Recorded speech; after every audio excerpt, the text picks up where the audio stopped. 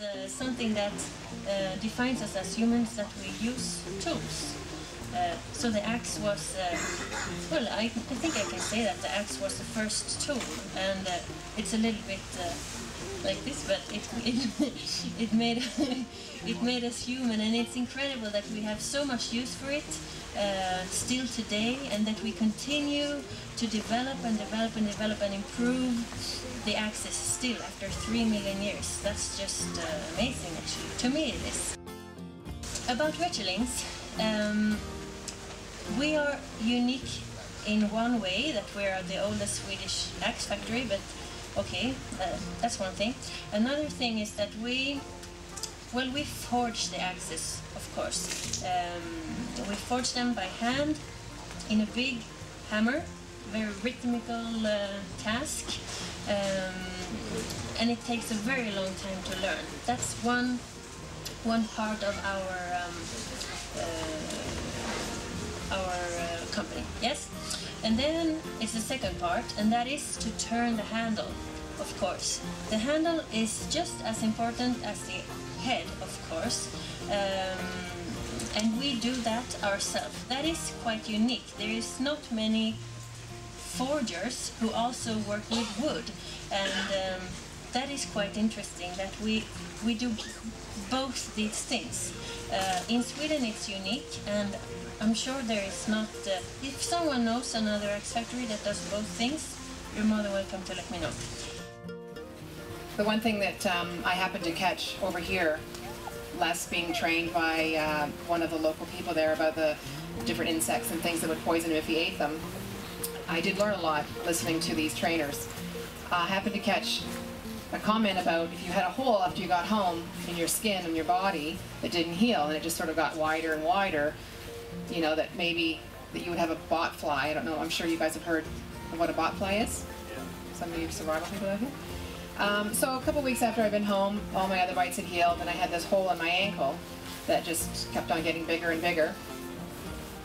And the other thing that had transpired in the conversation that the trainer had said was, if this happens, to take a piece of raw bacon, wrap it around your ankle, tape it up, and go to sleep.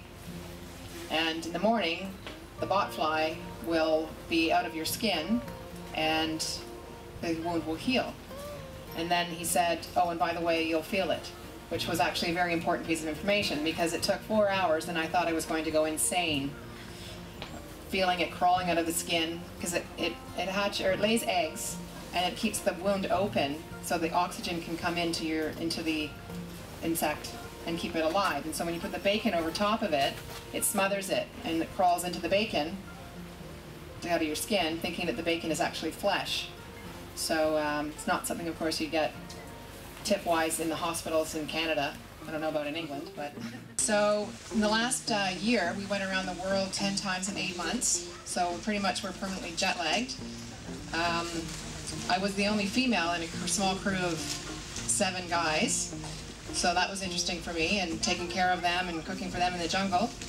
Just to give you some stats here, we probably spent 2,876 hours in airports.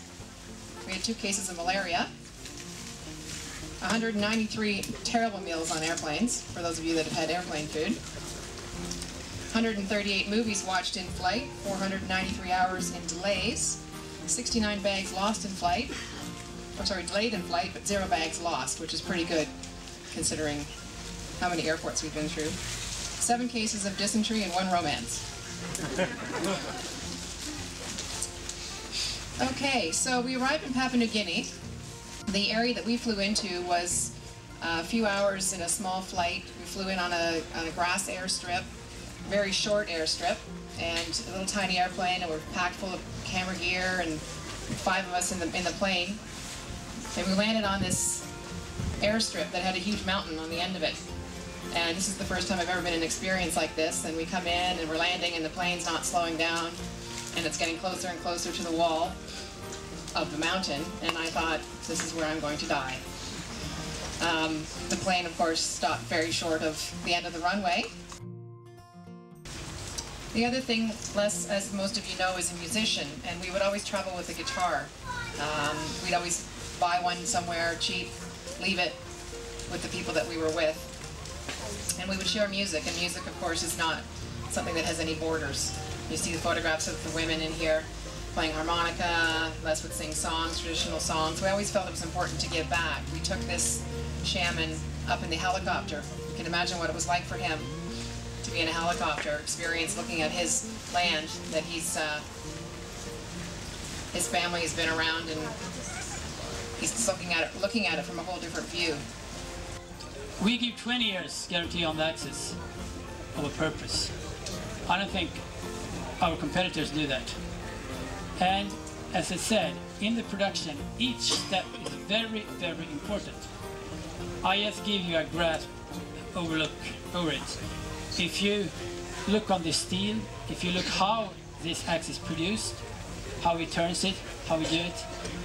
If you look on how you grind it, first you grind it, and then you harden it, and then you grind it again.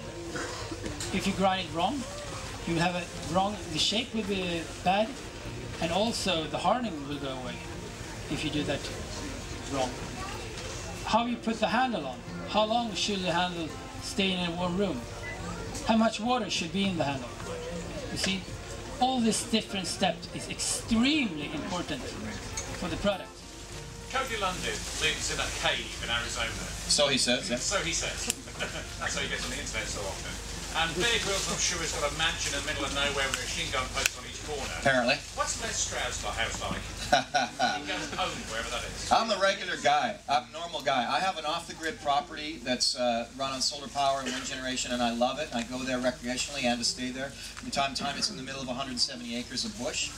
I have a house I'm trying to build right now on the water, which is just a decent home on the water.